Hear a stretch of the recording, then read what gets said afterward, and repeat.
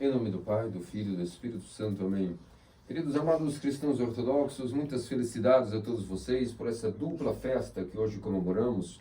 Chamamos dupla festa porque, na verdade, significa o sábado de Lázaro, que não é uma festa, mas um dia memorável. Comemoramos como se fosse uma festa. E o dia de hoje, que é uma das 12 festas da igreja, não trata-se apenas do Domingo de Ramos. Se vocês verem aqui no Icanastácio, tem as 12 festas, na ordem segundo o calendário, desde a Natividade da Mãe de Deus até a sua dormição. Uma festa para honrar como se fosse cada mês do ano, ainda que algumas festas caem mais de uma no mesmo mês, que nós queremos dizer que para cada festa temos distribuídas mais ou menos aí um mês, de tal maneira que também temos a quaresma, 1/10 do ano para Deus, no ciclo anual 12 festas, temos para cada estação uma quaresma, estamos em uma delas, encerramos antes de ontem, as 4 dezenas mosaicas, e hoje já estamos naquilo que é um pequeno descanso, uma última tomada de fôlego, antes de subirmos para aquilo que é, junto com Nosso Senhor, a Jerusalém. Como já disse hoje o próximo apóstolo Tomé, já dizia: o Senhor esse ano, com tudo que o Senhor sabe, o Senhor vai subir para Jerusalém? Sim, obviamente que eu vou cumprir a Páscoa. Então vamos todos nós para morrer. E de fato é isso mesmo que vai acontecer. Todos nós vamos subir junto a Jerusalém com o nosso Senhor Jesus Cristo, e ao proclamar, e ao vermos aquelas narrações tão antagônicas ao dia de hoje, porque hoje nós vemos essas palavras maravilhosas da profecia do profeta Isaías, que cumpre-se que nosso Senhor Jesus Cristo toma um jumentinho, filho de uma jumenta, sobe para Jerusalém e era aclamado com as seguintes aclamações que eram guardadas apenas para o Messias. Hosana, filho de Davi, bendito aquele que vem em nome do Senhor. E crianças com palmas começaram a aclamá-lo. Qual é o contexto disso? Nós vamos já entender durante esse sermão. O problema é que as mesmas pessoas que hoje estavam proclamando Hosana, filho de Davi, bendito aquele que vem em nome do Senhor, o rei de Israel, 8 dias depois proferiram aquelas palavras que desde que o universo foi criado, desde que Deus criou o cosmos, não houve palavra mais blasfema, mais terrível aos ouvidos do próprio Deus, o qual, se ele pudesse, se arrependeria de ter feito a criação de novo, após a tragédia do dilúvio. No que diz respeito àquilo, crucificam. E nesse intervalo de 8 dias, o que aconteceu na mente dessas pessoas? Que uma hora gritam Hosana, filho de Davi, bendita que veio o nome do Senhor, o rei de Israel, depois começam a gritar, crucificam. Isso pode acontecer, inclusive, com nós, os cristãos ortodoxos. E, de fato, tem acontecido e continuará acontecendo e vai acontecer mais, principalmente conforme nós nos aproximamos da manifestação do anticristo. Tempo esse que estamos já caminhando a passos e galopes largos para aquilo que é a manifestação do mistério da iniquidade. Não a profecia de Zacarias, agora a profecia do profeta Daniel, onde, entrando no templo, fazendo-nos passar por Deus no lugar santo, irá iniciar aquilo que é o mistério da iniquidade, da abominação, da desolação, onde começar-se-á uma tribulação nunca antes vista sobre a terra. E nós não estamos muito distantes disso. Na verdade, já nascemos, nós que nascemos depois de 1917, já nascemos dentro do olho do furacão, muito mais tarde do que nós podemos pensar, já é, como já dizia o nosso escritor eclesiástico, beato, Padre Serafim Rose, de eterna memória. Então, Deus vem a galopes, tentando preparar a geração última, como pode. Vocês viram que hoje nós comemoramos Santo Inocêncio do Alasca, santo esse que eu sou muito devoto, devido a ter sido um dos primeiros bispos que pôde organizar de fato aquilo que é a vida na América. E se hoje nós estamos aqui com a ortodoxia na América, é por conta dessas pessoas. Primeiro o vingador germano, depois abrindo os campos e as fileiras no reino das trevas do paganismo, e depois na Era Moderna vem Santo Inocêncio, que era um padre casado, que tinha sua matska e tudo mais, e depois ele ficou viúvo e se alistou para governar episcopalmente falando aquele povo do Alasca. E depois nós estamos aqui hoje, no século XXI, no Domingo de Ramos, tranquilos, podendo ter essa liberdade religiosa, enquanto nós temos, devemos aproveitar. Não só hoje é o Domingo de Ramos, como volto a dizer, é uma das 12 festas da igreja, sendo Ramos uma das móveis. Dessas 12, nós temos algumas fixas e outras móveis. Essa, por exemplo, que cai no período do triódio, é uma festa móvel, como a Páscoa também, como a Ascensão também é móvel, como o Pentecostes também é móvel, ou seja, vai se ajustando segundo a data da Páscoa. Outras não, são datas fixas. E por isso, meus amados cristãos ortodoxos, chegamos aqui.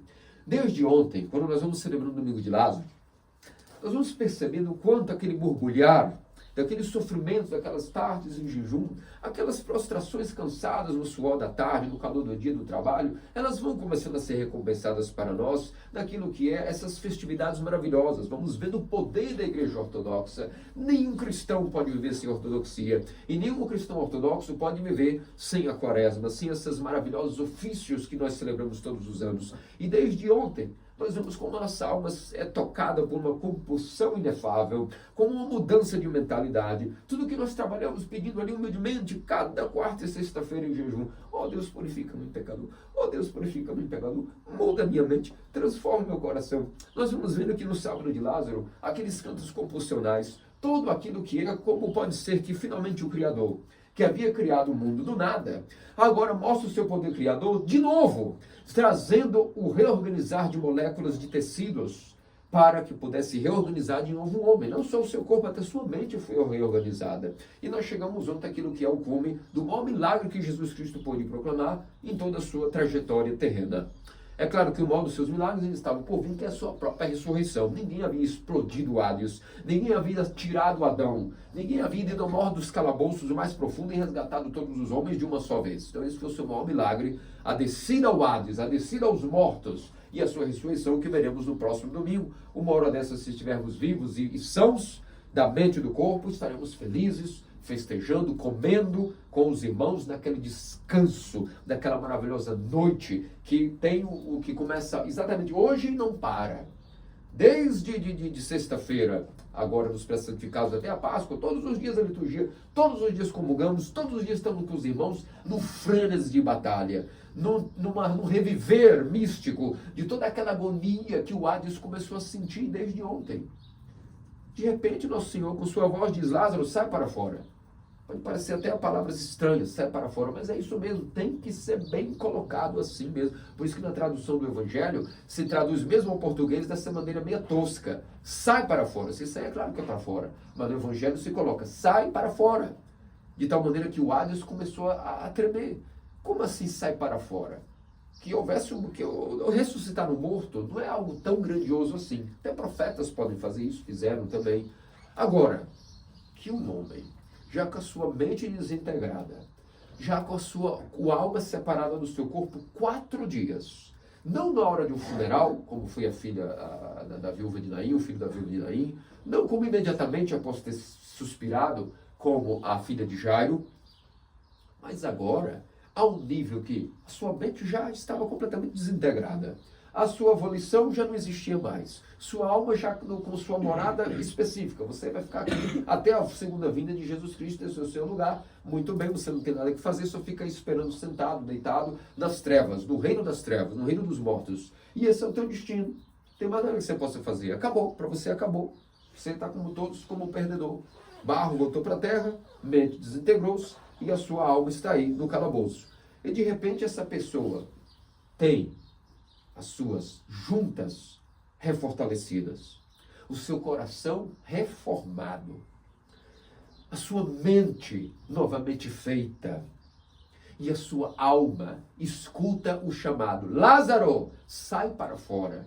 Quando ele escuta sai para fora, não foi o corpo só que escutou, a alma escutou lá no Hades, 4 dias pós-morte, e veio e voltou ao seu corpo. O seu corpo foi criado como que do nada, porque já fedia, já havia corrupção avançadíssima. E esse tipo de milagre vai para além da expectativa de qualquer esperança humana. Que um profeta ressuscite um morto, recém-morto, é uma coisa. Que agora alguém refabrique tecidos, isso nunca se viu. Ninguém podia, não havia mais argumento para os fariseus, nem para os escribas, nem para os anciãos, nem para o povo, nem para ninguém. Acabou-se. Eis que o Messias, o próprio Deus, está na terra, o Emanuel, pisando como homem, e aquele que criou tudo do nada e tem poder para dar a vida, cria e refabrica de novo um corpo para o seu amigo Lázaro, e inclusive desta vez, não como algo secreto e pela necessidade humana apenas. Nosso Senhor não fez milagres, esse foi exclusivo. Até a maneira que ele permitiu que seja público é a única maneira. Quando ele multiplicou os pães, quando ressuscitou as outras ressurreições, você vê que ele foi secretamente, chamou só os prediletos, Pedro, Tiago e João, ressuscitou primeiro a filha de Jairo, depois o filho da viúva de Naim. Pode muito provavelmente ter ressuscitado outras pessoas, e isso não está narrado no Evangelho, mas é muito provável que Nosso Senhor ressuscitou outros, mas essas são as principais ressurreições, e tudo muito assim, reservado. Porque Nosso Senhor só fazia milagres, não era para um show business, não era para algo público, não era para poder aparecer, mas sendo Deus compassivo e misericordioso, tendo se feito homem, caminhando conosco, tendo provado nossas tristezas, nossas doenças, tendo tido compaixão de nós, como sendo homem igual a nós em tudo, com exceção do pecado, quando ele via a necessidade, ou a comoção das multidões, ou das pessoas, Nosso Senhor, sendo Deus, não se aguentava, e através de sua natureza divina e humana, ele se compadecia e fazia milagres, sempre pela necessidade local, do momento, ou se compadecendo. Nunca para que fosse algo público. Nosso Senhor nunca quis que as pessoas o seguissem pelo que ele podia fazer, mas pelo que ele dizia que poderia conceder. E há uma grande diferença daqueles que têm a fé baseada em milagres e daqueles que têm a fé baseada no que é a escuta da palavra de Deus por um coração que está preparado para escutar essa palavra e o segui-lo por amor. Mas nesse momento, nessa ocasião, Nosso Senhor providencia tudo de propósito. Houve a mensagem. Marta e Maria, grandes amigas, junto com Lázaro. Ei, Lázaro está doente. O senhor não pode me ajudá-lo? E ele, sim, diga que já estou indo. E de propósito, no Evangelho narra que Nosso Senhor esperou 3 dias. Quando deu 3 dias, ele se levantou e foi.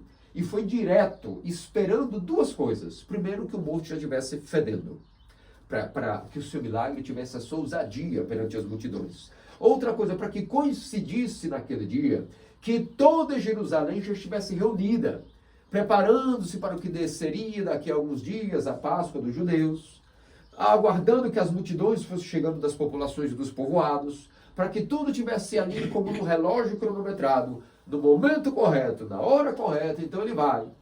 E quando ele vê Marta e Maria, Marta sai ao seu encontro e começa justamente a dizer: Senhor, Lázaro morreu, mas se estivesse aqui, certamente ele não teria morrido.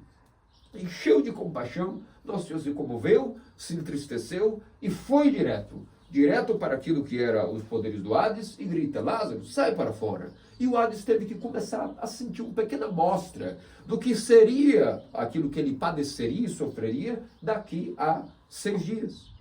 Na hora que viesse daqui a 6 dias a Páscoa dos judeus, a paixão de Cristo, que ele iria descer a mansão dos mortos, e depois, 8 dias depois, ele ia ressuscitar, tudo isso começou os poderes das trevas começaram a tremer. E começaram a deduzir: o que será que está acontecendo? Quem é este que tem poder para invocar uma alma depois de 4 dias? E porque essa alma pode ter saído, mas vai para onde? Vai para onde o seu corpo já se desintegrou? Mas aquele que é o Criador mostra que ele agora estava perante os homens. Mas é claro que as pessoas cegas mal interpretavam toda a Escritura naquele então. Devido à pregação errônea dos anciãos, dos escribas, o povo de Israel estava perdido e não conseguia interpretar bem aquilo que era a manifestação do Messias. É por isso que quando o Senhor realiza esse milagre, depois que ele vai entrar em Jerusalém, os adultos não haviam se dado conta do milagre de Lázaro, o que significava. Os escribas e os anciãos, tampouco. E os fariseus, dando-se conta, fizeram de tudo para abafar a manifestação do Messias, porque eles não estavam satisfeitos com o Deus que se manifestou a eles e que veio servi-los. A ganância política era tão grande que eles rechaçaram o seu próprio Deus quando viram o que é que ele estava preparando.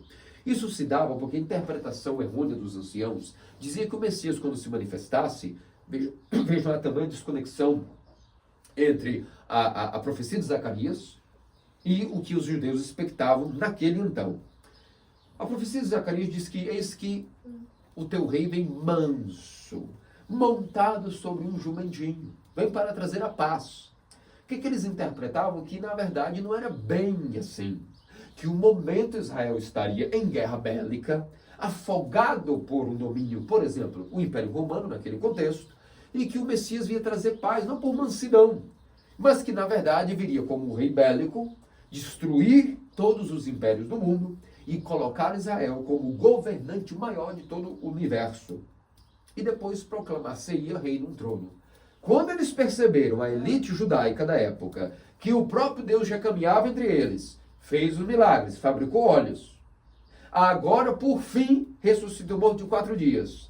E quando veio montado num jumentinho, não foi numa carruagem, não foi num garanhão capado, como os soldados vinham. Ele veio, na verdade, no jumentinho, cumprindo-se a profecia, mas estavam cegos para isso. Esse tipo de Deus não servia para eles, nem tampouco esse tipo de libertador. Libertador de quê? Libertador da paz em relação à mansidão e humildade? Isso não serve para quem quer dominar o mundo, para quem ama este mundo, não é? E então, mal interpretando as Escrituras, estavam cegos e não prepararam o povo para poder aclamar o rei de Israel. Ao contrário. Vejam que vi os episódios, vão se seguindo, nosso Senhor vem, e os adultos duros de coração, os fariseus sabotadores, não cumpriram a profecia que estava ali na Bíblia, no nariz deles. Então, o que acontece? A profecia continua cumprindo-se. Das bocas dos meninos, daqueles que se amamentam, eis que virá a proclamação: bendito aquele que vem em nome do Senhor, hosana nas alturas, eis aqui o rei de Israel.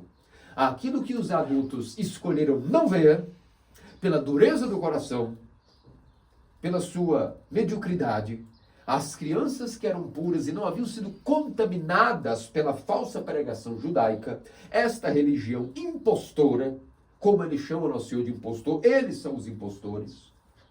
As crianças que eram puras de coração, na verdade não sendo maculadas por uma falsa pregação, no seu coração foram inspiradas a correrem para as palmeiras, arrancar os raminhos como nós estamos, e elas começaram a profetizar pelo poder do Espírito. O Espírito Santo veio até elas e inflamou suas gargantas com um dito profético: hosana, filho de Davi, bendito aquele que vem em nome do Senhor. E o que aconteceu? Naquele momento cumpriu-se toda a Escritura, cumpriu-se a lei, cumpriu-se os profetas. O que mais falta? Então os fariseus disseram: ei, está escutando o que elas estão dizendo de você? Você vai realmente levar isso para o golpe final entre nós e tu? E nosso Senhor disse: tem um pequeno problema. Se vocês quiserem, eu mando agora elas calarem. Vai ser pior para vocês. Porque se elas se calarem, as pedras vão proclamar quem eu sou. Vocês querem, esse combate agora, antes da hora, esse é o verdadeiro diálogo. Que o Evangelho não conta os detalhes. Que nosso Senhor diz: querem que eu mande elas calarem e as pedras falem?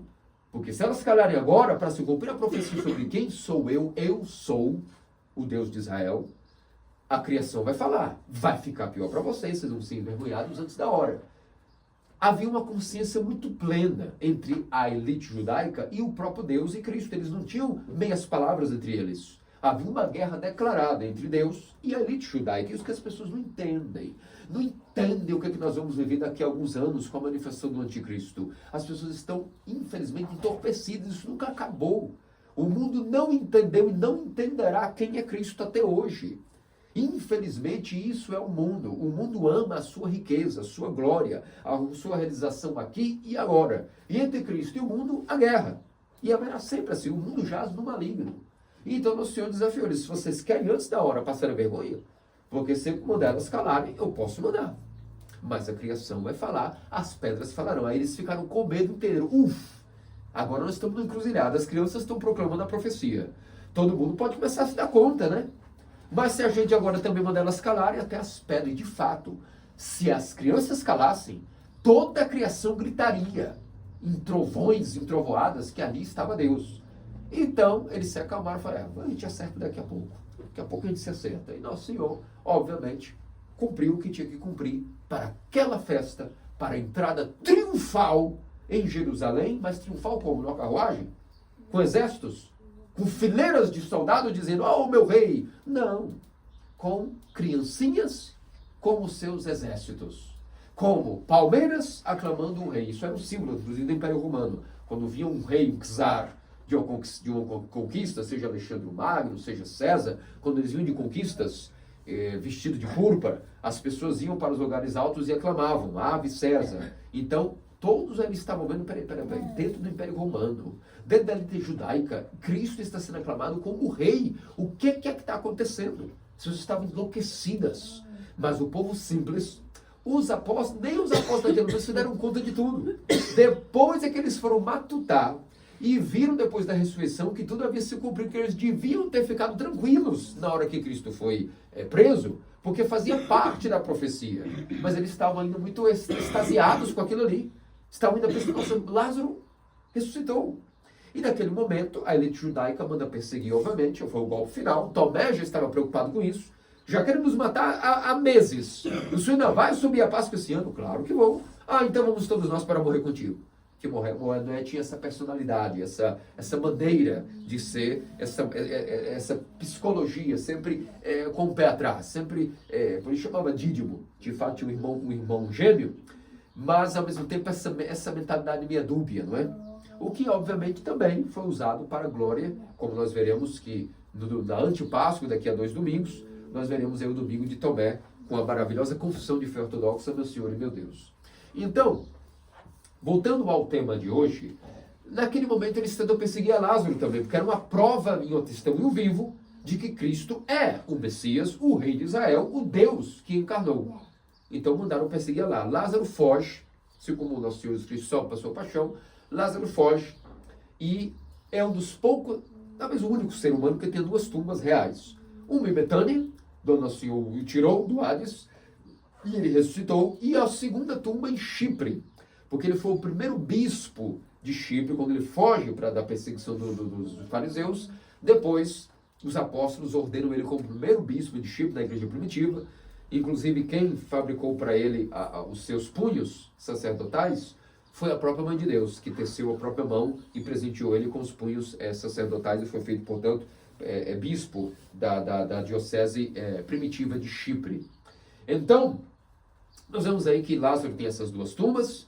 Um detalhe e curiosidade, vocês não sabem, além de Lázaro, está aqui a prova para muitos protestantes que condenam a hierarquia da igreja, acham que a igreja foi inventada por Constantino. Tudo ignorância, tudo porque não leem, não sabem de nada, não investigam na história. Lázaro, primeiro ano, primeira geração da igreja, já era bispo, com paramentos, igual estou aqui, com liturgia, tudo estabelecido. Uma igreja tal qual sempre foi e sempre será. Tudo que foi inventado fora disso não é ortodoxia, é balela. Inclusive as estruturas que foram inventadas depois, com o papismo, com o luteranismo, com o anglicanismo, tudo é balela. Basta investigar a vida de Lázaro, a vida de Zaqueu, por exemplo, primeiro bispo de Cesareia da Palestina. Então, nessa primeira geração, vemos que não há nada diferente do que fazemos, nada foi inventado, só humildemente mantemos o que se tem.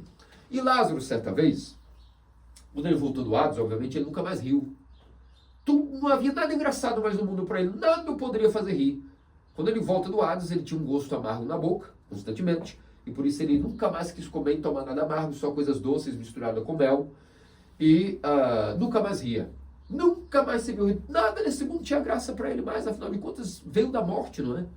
Uma pessoa prova a morte, que graça tem essa vida? Já que a realidade é a morte. E certa vez ele estava em um certo local e percebeu que um homem estava roubando ali vasos de barro, aqueles utensílios domésticos de cerâmica e artefatos artesanais. E um homem correu, roubando esses artefatos de cerâmica de barro, e o outro chefe da loja também correu atrás. E Lázaro estava passando e viu aquele ali e gritou: barro, roubando barro, e barro correndo atrás de barro. Ou seja, a realidade da morte era muito constante para ele. Todos nós, ele experimentou isso. Seus elementos já estavam até voltando para a terra, não é? E de repente, com o estalo da voz de Deus, seus elementos são reintegrados novamente ao seu corpo, suas células, seus tecidos, sua meninge, seu fígado, qualquer coisa, tudo foi regenerado de novo, para que ele pudesse estar aí vivo. Então, alguém que havia provado barro voltando ao barro, pó voltando ao pó, até mesmo proclama barro, roubando barro, barro perseguindo barro, e todos vão voltar para o barro. Ou seja, tudo uma vaidade, tudo uma ilusão. Qualquer inveja que nós temos de alguém pelos seus bens nesta vida, qualquer bem que nós queiramos adquirir nesta vida, tudo é vaidade, tudo é ilusão, tudo é inveja. E Lázaro tinha muito bem isso na sua mentalidade. E então, nessa entrada triunfal em Jerusalém, a qual eu narrei, esse foi o motivo pelo qual as pessoas vendo esse milagre aclamaram o Nosso Senhor com palmas, cumpriu-se a profecia, Hosana, filho de Davi, ou seja, glória a ti, ó Deus, graças a ti, ó Deus, obrigado por teres vindo, ó Deus. Isso significa a palavra Hosana, ela tem várias traduções, mas entre elas, uma delas é glória a ti, ó Deus, aleluia, glória a ti, ó Deus, obrigado, meu Deus, obrigado porque te manifestastes, meu Deus, resolva tudo por nós, meu Deus. Isso significa Hosana. São várias interpretações nesta palavra, que tem nela um sentido bastante amplo. E então, meus amados cristãos ortodoxos, temos que nos perguntar, o que pode acontecer conosco? Que há mesmo perigo que correram os judeus e caíram nesse risco de não entenderem a manifestação do Messias e o rechaçarem, e agora os judeus estão na expectativa de que continue esperando. Novamente, quando vai chegar esse libertador, que vai vir com força bélica, com exércitos, com soldado, com estado, com o príncipe da paz para eles, é que quando Israel esteja em guerra, de repente se constrói um templo para ele, para que ele possa se manifestar e dar paz a Israel. Que história romântica linda, não é? Que romance maravilhoso entre o povo sofrido que fugiu do Egito e esse suposto Deus que adoram. Uma história bastante linda e emocionante, não é? Somente para os filhos da perdição, não para nós cristãos ortodoxos. Mas infelizmente, recentemente, cada vez mais, isso não só tem sido uma crença no meio católico, como no meio protestante, já se escuta cristãos ortodoxos de linhagem especialmente grega, russa, romena, georgiana, tendo esse prelest, esse plani, ou como diz o João, estão em planeta, ou seja, em ilusão espiritual, não tendo interpretado direito nem a manifestação em Jerusalém, a entrada triunfal de hoje, porque somente uma vez Cristo entra em Jerusalém em sua forma humana. Dessa maneira, aclamado como rei, que já se cumpriu. Existe outra ocasião, em algum futuro próximo ou distante, que Cristo humanamente vai entrar poderosamente agora em Israel? Não existe mais, isso já se cumpriu na festa de hoje. Quando ele vinha na segunda vinda, ele vem como? Vem humilde no jumentinho? Não. Aí sim, vem poderoso, vem triunfante, não é mais príncipe da paz, agora é julgador de tudo e de todos, os livros serão abertos, as trombetas se estrondarão, ele vem como um trovão.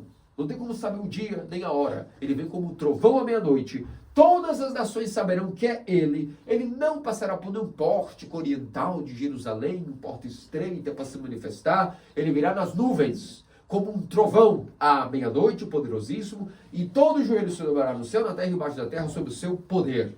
Essa é a segunda vinda do Messias. Em glória, se diz.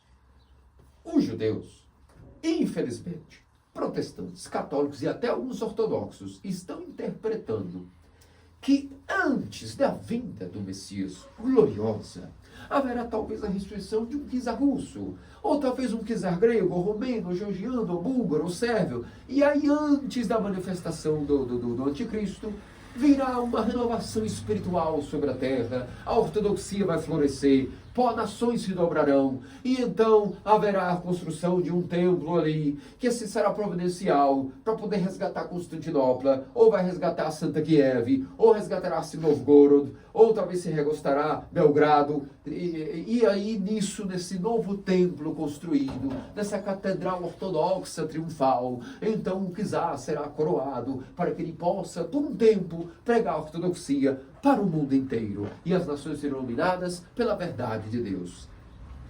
Isso é mentira ou verdade? Ocorrerá ou não ocorrerá isso? O que vocês acham? Ocorrerá. Tudo isso vai acontecer, está profetizado. Mas não será um rei ortodoxo. Não será um rei grego. Não será nenhum rei deste mundo. Tampouco será o Messias. Mas os judeus vão achar que é. Os católicos, protestantes e alguns ortodoxos, fora da sobriedade, vão achar que é um rei ortodoxo. Talvez um parente de Constantino, um descendente do czar Nicolau. Não se sabe de onde veio, para onde vai, mas é um milagre. Eis aí um milagre. Principalmente em Jerusalém, que inclusive o terceiro templo será reconstruído. Mas Nosso Senhor, o verdadeiro Deus, não falou que outro templo seria construído. Ele disse o seguinte: não sobrará pedra sobre pedra. E até mesmo os judeus, na era primitiva do cristianismo, tinham a certeza de que 40 anos depois da morte do Messias. Isso é uma tradição que se dizia.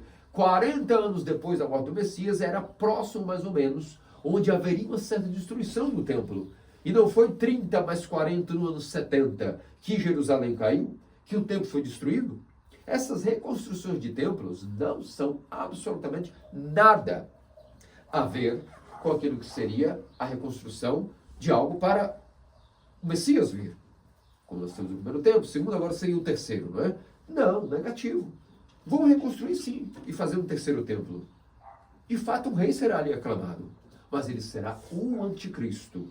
O próprio rei que os judeus vão agora aclamar usando nas alturas e que manifestar-se-á para todas as nações com um só governo e um controle total, subjugando todos à sua maneira de ser ortodoxo, pregando a ortodoxia pelo mundo inteiro, mas a pseudo-ortodoxia.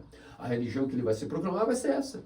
São João de Xangai já escreveu isso nos seus sermões sobre o juízo final.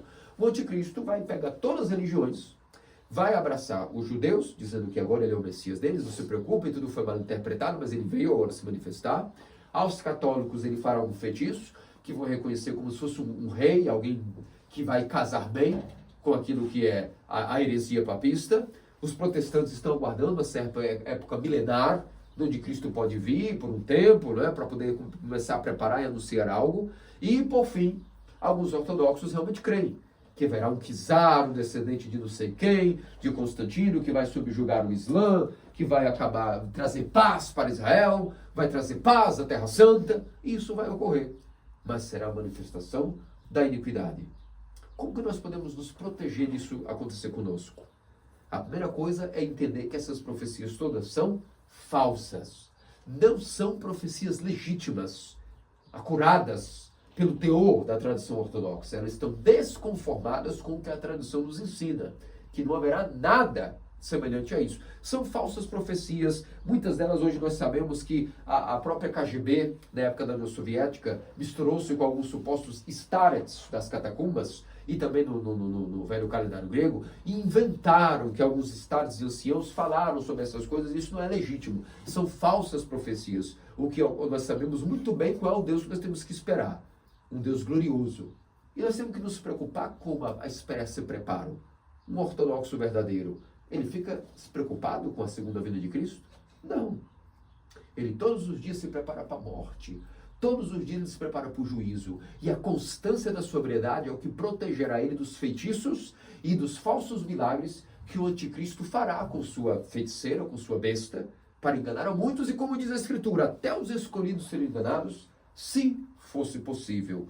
São os starets, ancião Geronda Laurêncio de Tchernikov, até nos disse que a prática da oração de Jesus vedará os olhos daqueles que são os poucos dos últimos, dos pequeninos, dos remanescentes escolhidos, e eles não verão os prodígios que o anticristo fará enganando a muitos. Somente o poder da oração de Jesus aos pouquinhos remanescentes, poucos mínimos grupos remanescentes, serão vedados e não verão esses prodígios, serão protegidos. E óbvio, nesse momento não estarão mais em cidades, nem em centros urbanos, nem em populações. Estarão nos desertos, nas covas, escondidos, alheios àquilo que é o mundo. O mundo tem o que ele gosta. Os verdadeiros cristãos estarão verdadeiramente em vigília, em liturgia, como todo domingo fazemos. Como todo dia os monastérios fazem. Como todo dia a gente pensa na morte. Não tem como desligar a memória da morte para alguém que é um cristão ortodoxo. Ele nunca desliga a iminência do juízo. Nós não temos um ofício chamado ofício da meia-noite? Todo dia, o orológio não para. 7 vezes por dia, louva ao Senhor. Vocês até proclamaram isso no Salmo hoje. Esses 7 dias são os horários do orologion. Começa com vésperas, depois vem grandes completas ou pequenas completas, depois vem ofício da meia-noite, matinas, prima, terça, sexta, nona, véspera de novo, e assim vai. E no meio disso a liturgia inserida, seja pós-vésperas, das liturgias vesperais, seja pós-matinas, das liturgias da manhã, e assim é a igreja. Tem necessidade de nós ficarmos nos preocupando quando Cristo voltará, quando é a segunda vinda? Isso já é a nossa realidade, não é? A realidade do cristão ortodoxo é todo dia se preparar para a morte. E ele não sabe se dormirá aquele dia, meia-noite, o Senhor virá em sua glória. Ele está preparado sempre, mas ou deveria estar. Isso nos protege de ficar vinculado a essas falsas profecias. E outra coisa, nunca tomando por garantido a fé que recebemos. O que vocês receberam agora e eu foi um dom. Cuidado, ele não é dado definitivamente, discriminadamente. Ele é dado, mas se ele não for adubado e enricado, a gente perde ele morre. Então a ortodoxia é a coisa mais preciosa que vocês receberam. Adaptem todas as suas vidas para isso. Irriguem isso. Vocês podem casar, podem ter filhos, podem ser felizes, podem se entreter, podem ir no cinema, podem fazer tudo. Mas nem tudo convém. Então a gente tem que saber adaptar tudo, viver feliz com uma pessoa normal, mas sem depositar nossa esperança nesse mundo. Não depositando nossa confiança no ser humano. Não depositando nossa estabilidade no dinheiro. E nessa vida sóbria, nós vamos depositando nossa esperança em Deus. Nossa estabilidade na fé. No provedor verdadeiro que é o Deus. E tudo demais vem por acréscimo. Inclusive a lembrança da morte e, se necessário, a preparação para o dia que ele virá à meia-noite, o qual ninguém sabe. É por isso, meus amados cristãos ortodoxos, que esse domingo de Ramos é uma festa muito poderosa, é uma festa muito triunfal. Todos os anos celebramos com muita glória. A antecipação, uma semana antes, a gente como se vê essa antecipação da Páscoa, com a ressurreição de Lázaro, uma prévia de sua ressurreição. Lázaro, morto de 4 dias, ressuscitado, mas para morrer pela segunda vez. Mas era um prenúncio da ressurreição que estava por vir. A ressurreição definitiva de Cristo, a vitória total sobre a morte para sempre, e a participação em seu batismo na Igreja Ortodoxa, que cada um de nós pode ter de graça, quando está preparado, do catecumenato, pulando para aquilo que é a participação da morte e ressurreição de Cristo. Portanto, vamos celebrar com muita alegria esta festa, esta liturgia até o final, e vamos começar a nos preparar devagarinho, para daqui a pouco sábado das miróforas, sábado de aleluia, e a noite pascal. Abastecidos por esse descansinho no final de semana, onde temos a nossa alegria renovada, um peixinho para comer com os irmãos na ceia de hoje, onde se pode comer o peixe, como se pode tomar o vinho, como se pode comer uma comida mais cozinhada, mais preparada. Depois, a partir de amanhã, dias rígidos. Já hoje, ofício do noivo. Qual é a maior preparação que alguém pode ter para a vinda de Cristo do que os ofícios nós vamos ter agora, antes do tríduo pascal? Eis que o noivo vem no meio da noite. Como não se emocionar? Todos os anos nesse ofício onde Cristo, com a coroa e a cana, o verdadeiro rei recebeu o que coroa? A coroa de espinhos. Recebeu o que cetro real? Uma cana. E foi açoitado, foi chicoteado e veio. E veio em procissão para nós, todos esses dias à meia-noite, no ofício da meia-noite que nós celebramos hoje e amanhã e depois, como os 3 dias dos ofícios do noivo, um dos dias mais belos de todos os ofícios da Igreja Ortodoxa. Nunca recomendo que ninguém falte, feliz aquele que pode estar. E também os dias rigorosos de jejum, que agora também iniciamos para podermos estarmos ali diante daquele sábado, daquele domingo. Para aqueles que são alheios à Igreja Ortodoxa, estão chegando, muitas vezes eles subestimam esse momento por falta de conhecimento. Por exemplo, muitos deixam para sobrecarregar o sacerdote para a última hora. Nós avisamos, por favor, confesse antes, desabafa antes, se prepara antes, porque a partir de agora, desde de sexta-feira, eu não tenho mais tempo, nem quase para dormir, nem mais para comer. Nós temos muitos ofícios, nós temos as atividades, nós temos nossas tentações, temos muita coisa a fazer. E é por isso que nesse turbilhão desta semana é que se destaca a verdade. Todos os anos eu tento fazer que as pessoas possam entender um pouco as palavras, algo que só pode entender com o coração. Assim como o sacerdote não tem tempo nem de respirar, chega com o seu corpo colapsando fisicamente no sábado de aleluia e a sua mente desgastada ao máximo. E por algum milagre que só Deus o sabe, quando ele começa ali, as pessoas lendo os Atos dos Apóstolos, ele quase está no seu limite físico e mental. Mas de repente, começa ali as primeiras orações das matinas da Páscoa, e de maneira que ninguém pode entender, o nosso ânimo é renovado, a nossa energia vibra com a noite pascal. Não é porque alguém me disse, eu vivo, e vocês também poderão viver a mesma experiência. Não desperdicem essa semana, não desperdicem vossas vidas com as preocupações do mundo, porque senão a gente passa o ano todo e nunca viveu o ápice do que é a religião do cristianismo, que é a Páscoa. Não tem preço, não tem patrão que possa pagar isso a vocês. O melhor patrão é Deus. O melhor alimento é a vida espiritual. Sem isso nós estamos mortos. Por isso é que eu vos animo sempre que acompanhem nossos sacerdotes. Acompanhe que vocês vão se dar bem. Há um ciclo maravilhoso escondido aí. Não há dinheiro que possa pagar a vocês a maravilha. É por isso que tem pessoas que podem, antigamente, para vocês terem ideia, na Rússia, as pessoas trabalhavam só 2/3 do ano, e na Grécia também, preferiam a profissão camponesa, não que isso seja algo atrasado, porque quem não leu o que era, por exemplo, a Rússia pré-revolução, era um dos países mais industrializados do mundo antes da Revolução Industrial. E se produzia mais alimento do que Argentina e Brasil juntos. É que não se conta o que eram esses países, e o jornal e a propaganda vêm depois da Revolução, né? Mas, na verdade, as pessoas preferiam viver no campo por isso. Porque não quer dizer que eram atrasados. Vivendo, sim, na tecnologia, na indústria, das indústrias chamadas de cottage, ou seja, indústrias caseiras, viviam do bem e do melhor, mas controlavam para trabalhar só 2/3 do ano.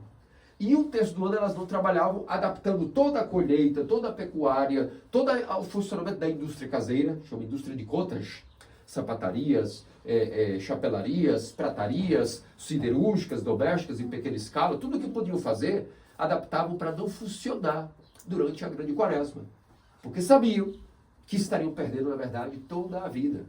Porque na hora do juízo final, o que nós devemos nos preocupar não é se o anticristo vai aparecer amanhã ou depois da manhã, ou se Cristo voltará amanhã ou depois da manhã. É entender que na hora do juízo, dependendo dos meus pecados, Deus vai me contabilizar, vai me pedir contas. E os livros serão abertos, e eu vou ter que confessar os meus pecados não confessados. Os confessados, meu anjo da guarda vai apresentar que estão nulos, mas o que eu não consegui confessar, eu vou ter que dar contas. E aí, depois de ser apresentado esse livro aberto, no juízo final, Nosso Senhor vai olhar, quantas quaresmas você participou mesmo? Vamos lá, ano de 2000 e tanto, 2000 e tanto. Olha essas quaresmas, esse mínimo esforço que tu fizeste, ainda que tu não vistes fruto, tu só viste mesmo ali uma coisa mal feita na tua concepção, mesmo assim eu vou contabilizar. E devido a essas quaresmas, esse dízimo que tu me pagaste ao longo dos teus anos, tu santificaste, cumpriste o sabá, como eu cumpri o sabá no sábado de Lázaro, porque ninguém pôde ressuscitar no morro de 4 dias, a não ser eu, e cumpri o sabá em minha pessoa. E o sabá não é um dia para se guardar, é uma pessoa a se viver. Tu te esforçastes a viver a minha pessoa, dando dízimos a mim, cumprindo o sabá a mim ano após ano. Quer saber? Vamos conversar mais sobre isso não? Vem para o ano do teu Senhor, vem para a bênção do teu Senhor, vinde benditos de meu Pai. E assim será para cada um de nós. E eu volto a dizer, um ano sem quaresma é um ano morto, um ano sem Páscoa é um ano morto. E vocês veem que as pessoas não vão dando ideia para as palavras que nós dizemos todos os anos. Onde estão os outros nossos irmãos? Se estiverem escutando o sermão à distância, eu digo para eles, onde é que vocês estão? Acha que o patrão de vocês que os batizou não vai pedir contas? O que é que vocês estão fazendo que não estão aqui? Todos os outros familiares que nós batizamos, onde é que vocês estão? Que batismo é esse? Que vida é esta? Não digo com ira, não. Eu digo pensando, se fosse eu que estivesse longe, eu gostaria que alguém aqui me chamasse. Ei, acorda! O que você está fazendo? Vamos, volte à sobriedade. Porque eu gostaria que alguém, se eu tivesse perdido, e não encontrando ainda a volta para a igreja, alguém pudesse ir lá, se pudesse até me colocar numa camisa de força e me trazer para a Semana Santa. Eu gostei, isso é um verdadeiro amor. Eu gostaria que alguém fizesse isso por mim. Se um dia enlouquecesse, não que tivesse mais forças para vir aos ofícios da quaresma. Todos os anos eu repito isso, para ver se encaixa na mente de vocês que estão, para ver se pega e cola lá de que não estão, e para que Deus nos livre de um dia passar por isso. Essa é a minha maior oração, que Deus não me deixe ser arrastado da Semana Santa, da Quaresma, da Páscoa, mesmo devido ao fato de mérito que eu tenho devido aos meus pecados. E todo ano, se a gente vacila, sempre tem uma tentaçãozinha guardada na manga para nos arrastar do que nós deveríamos estar aqui. Por isso que é algo sanguinário, mas é muito emocionante ver que chegamos até aqui. Que Deus, nosso Senhor Salvador Jesus Cristo, pelas orações, principalmente até o Santo Virgem Maria, nos conceda a graça de chegarmos agora também a contemplar a sua maravilhosa paixão e gloriosa ressurreição. Amém. Amém.